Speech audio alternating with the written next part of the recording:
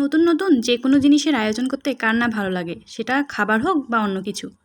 Hello everyone, আসসালামু আলাইকুম। আমি মিমির রান্না অ্যান্ড রকমারি ভিডিওতে আপনাদের সকলকে স্বাগতম। আজকে আমি আপনাদের মাঝে আরেকটা নতুন রেসিপি নিয়ে হাজির হয়ে গেলাম। তো আজকে আমি বানাবো চিড়ার খাজা। তো এটা কিভাবে বানাবো সেটা আপনাদের দেখিয়ে দেব। আমি বানিয়ে নিয়েছিলাম, দেখিয়েছি। ওটা কিন্তু অনেক ক্রিস্পি হয়। তো কিভাবে এই খাজাটা আমি তৈরি করে নিব সেটা আপনাদের মাঝে শেয়ার করব। ইনশাআল্লাহ স্কিপ না করে ভিডিওটা পুরোটা দেখবেন, আপনাদের ভালো লাগবে আশা রাখি। আমার নতুন নতুন নাস্তা আইটেম করতে অনেক ভালো লাগে। এই আইটেমটা কিন্তু সন্ধ্যার নাস্তায় একবারেই পারফেক্ট।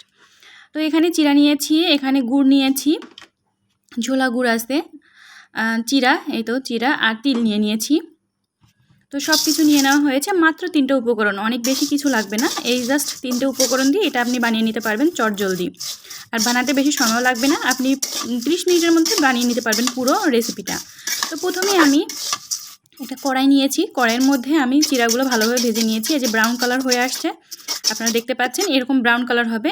তারপর আমি এই যে তিলগুলো, এখানে আমি কালো তিল নিয়েছি, আপনারা চাইলে অন্যরকম তিলও নিতে পারেন। এই যে যখন তিলগুলো ফুটতেছিল, আমার না অনেক ভালো লাগতেছিল যে আসলে এই তিলগুলো কত সুন্দর ফুটতেছে, সব মানে সাউন্ডটা অনেক সুন্দর হচ্ছিল। আর তিল কিন্তু খেতেও অনেক ভালো লাগে, আর তিল কিন্তু শরীরের জন্য অনেক উপকার। তো তিলটা আমার এই যে ভেজে নেওয়া হয়ে গেছে, কি দারুণভাবে ফুটাফুটি করতেছে তিলগুলো। তো এখন সব কিছু উঠিয়ে নেওয়া হয়েছে। আমি আবার কড়াইয়ের মধ্যে এখন গুড়গুলো দিয়ে দিচ্ছি।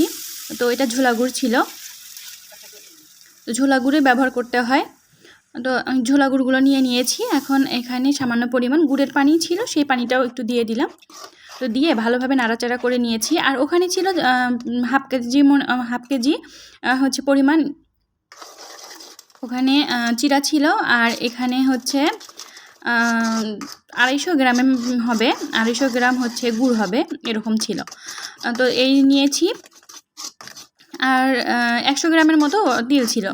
তো ভালোভাবে নাড়াচাড়া করে নিচ্ছি। ভালোভাবে নাড়াচাড়া করার পরে আমার গুড়টা কিন্তু এরকম টেক্সচার আসছে, মানে অনেক সুন্দর, মানে অনেক উদলে উদলে উঠতেছে।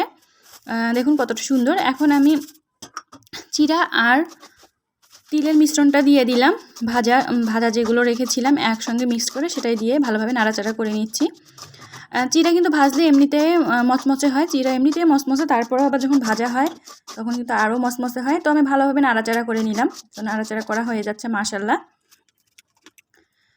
আচ্ছা, তারপর আমি একটা প্লেটে নিয়েছিলাম, এগুলো নিয়ে চেপে চেপে রেখেছিলাম। তারপর সরিষার তেল দিয়ে চেপে রেখেছিলাম, হালকা একটু হাতে মাখাই। তারপর এরকম করে আমার এই যে সাজ আছে, সেই সাজ দিয়ে আমি গোল গোল ডিজাইন করে কেটে নিচ্ছি। খাজা কিন্তু এরকমই গোল গোল হয়।